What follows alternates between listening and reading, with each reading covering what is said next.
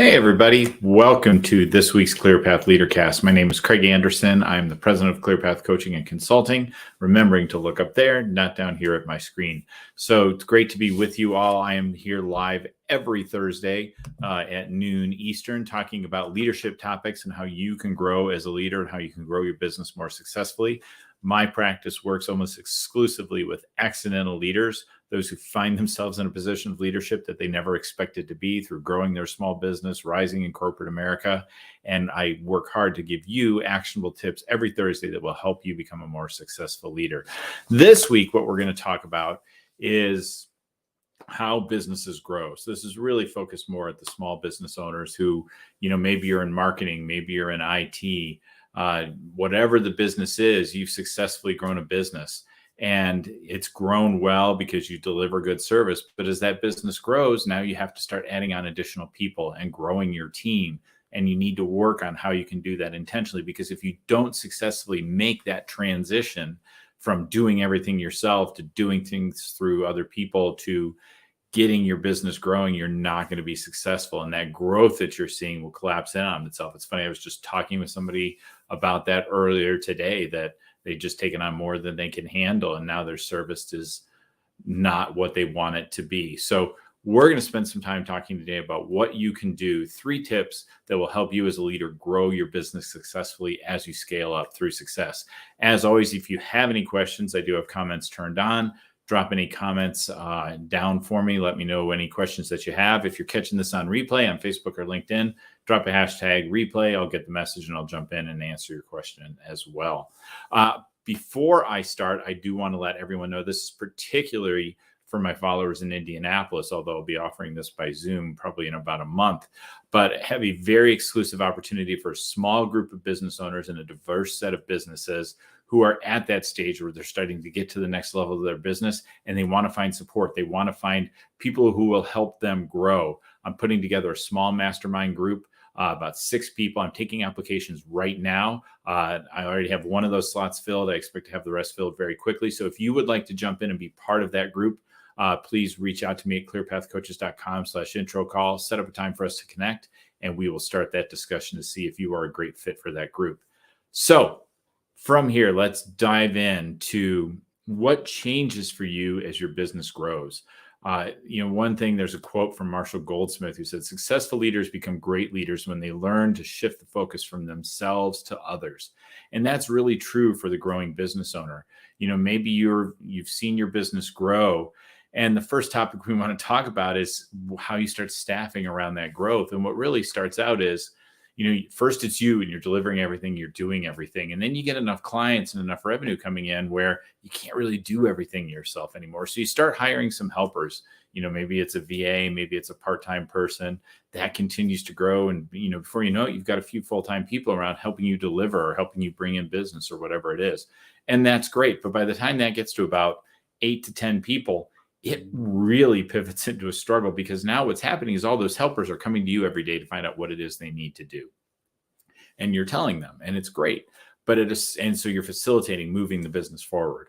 But what starts to happen is you start to become the roadblock for growing that business, because now nothing can happen until people get time in front of you. And you're out delivering service to customers. You're out working to get new customers. You're not always there to tell people what to do. And you start to realize, I can't effectively manage 10 people on a day-to-day basis. And somewhere in that 10 to 15 range is where it really gets to become a struggle.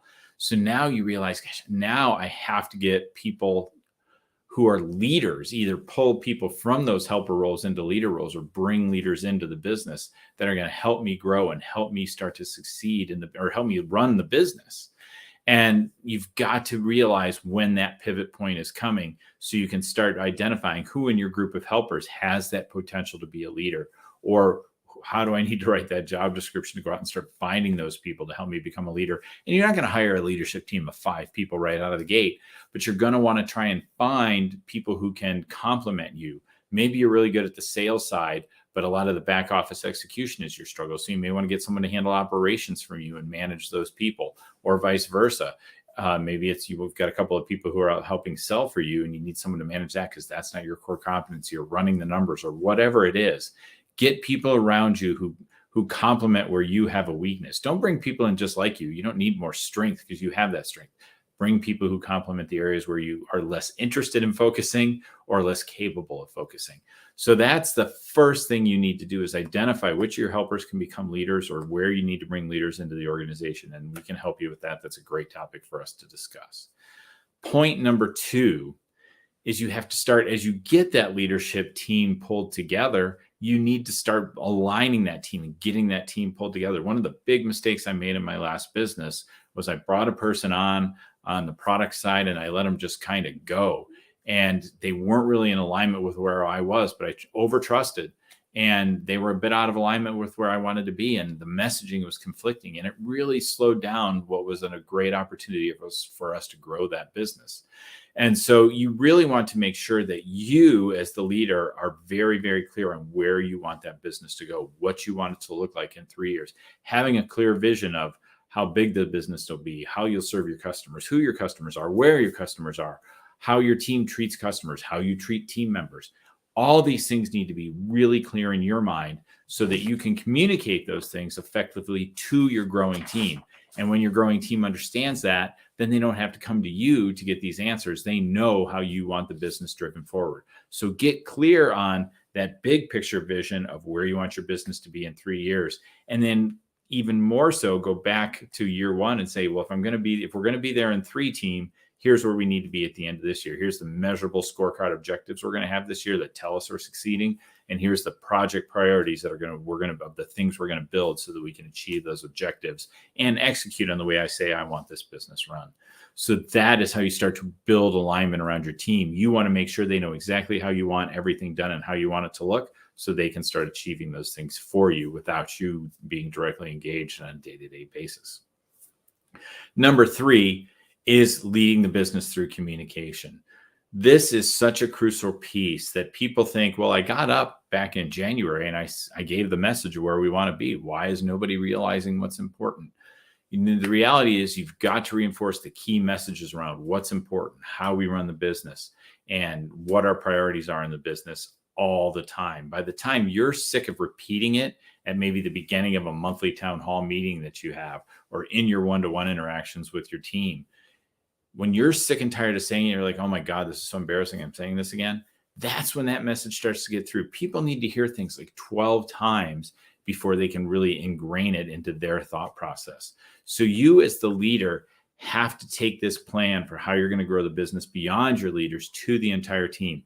It helps build overall organizational alignment. It helps people see how their particular role is contributing to the greater whole of the business. Because when people see how they are accomplishing the vision of the business, they're excited about the vision, they see their role in it, they're more likely to stay engaged, be engaged in your business, help you grow the business, and see themselves as part of a greater whole as opposed to just an employee.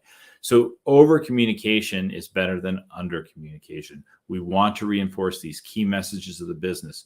We want to talk to our people to get insights into what's going on in the business.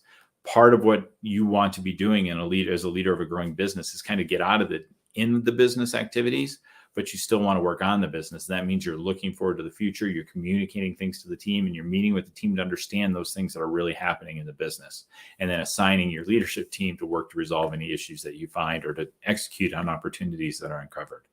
So those are really the key things that I want you to think about as you're growing your business. So your 3 actionable tips today as your business transfers from kind of you and a team of you being successful in your business to building a team around you to scaling and growing that business is 1, identify your helpers who have the potential to become leaders in your organization or bring people to lead.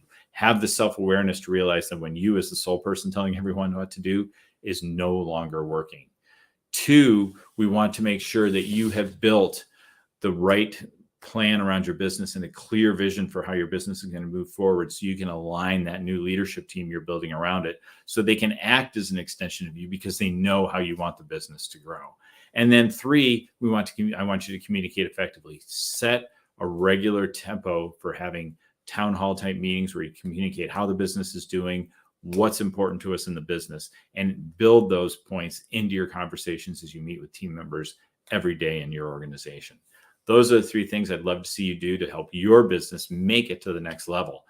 If you are at that point where you're at a revenue point where you're starting to bring people on and you need to get more concrete, that's why I'm building this mastermind group. It's an exclusive group of 6 business owners here in Indianapolis. We're going to meet in person, and I'm taking applications now to fill the additional slots in that program. It's going to be small. It's going to be personal. It's going to be something that's really going to add value, not just through my lessons, but also helping a group that you are accountable to so you don't feel so alone sitting as a leader by yourself. Look forward to joining you in that group. If you have interest, reach out to me at clearpathcoaches.com/intro call. Thanks, everybody. I will see you next week on ClearPath LeaderCast. Take care. Bye.